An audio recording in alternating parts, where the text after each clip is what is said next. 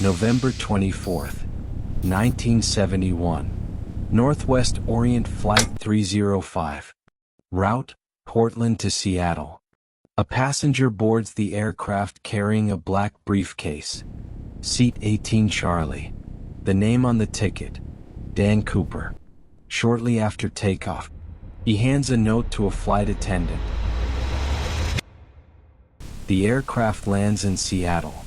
His demands are fulfilled. Then the plane takes off again.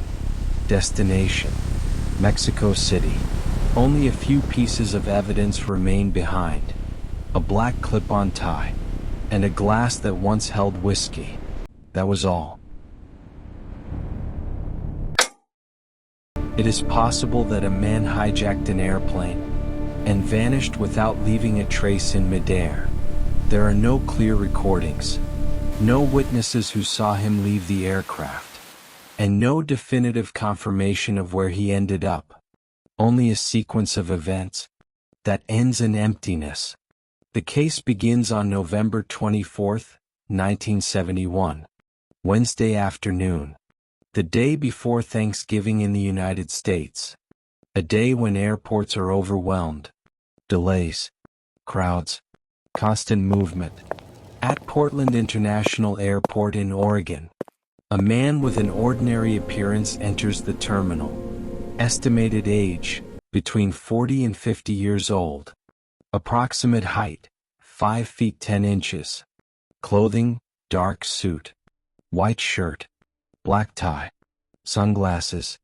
Nothing about him attracts attention.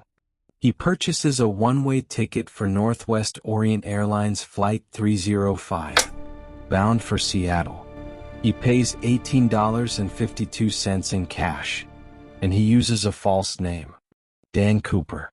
He leaves behind no additional meaningful records. He has no remarkable conversations with airport staff, and displays no unusual behavior at the time. The flight departs at 2:50 p.m. A Boeing 727. 37 passengers. 6 crew members. Normal flight conditions. Shortly after takeoff, the man requests the attention of a flight attendant, Florence Schaffner. He hands her a folded note. At first, she assumes it is something trivial, possibly a phone number. But when she reads it, the situation changes completely. The note states that the man has a bomb inside his briefcase. He demands immediate cooperation.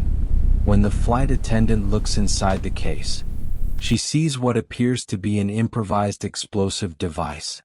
Red cylinders, wires, a battery. There is no way to verify whether the device is real, but the threat is treated as credible. The man begins listing his demands.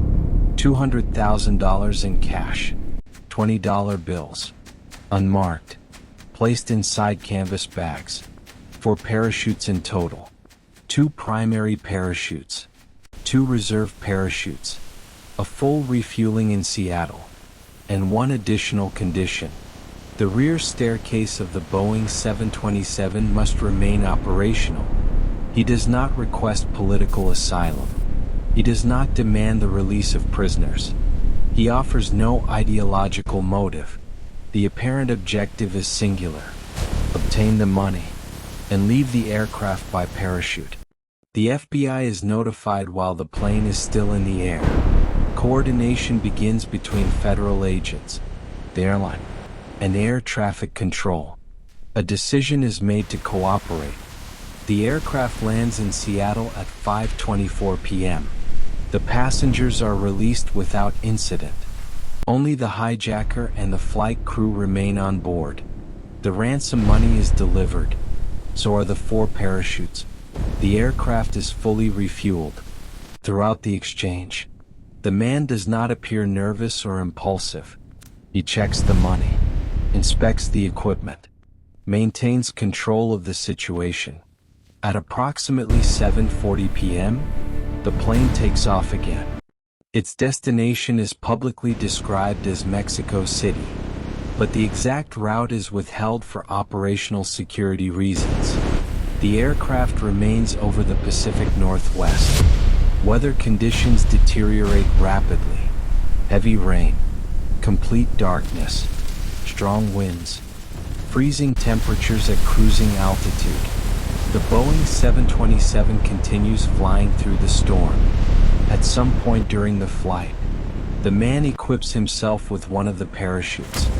He ties the money bag to his body using available cords and straps. He then instructs the crew to remain inside the cockpit.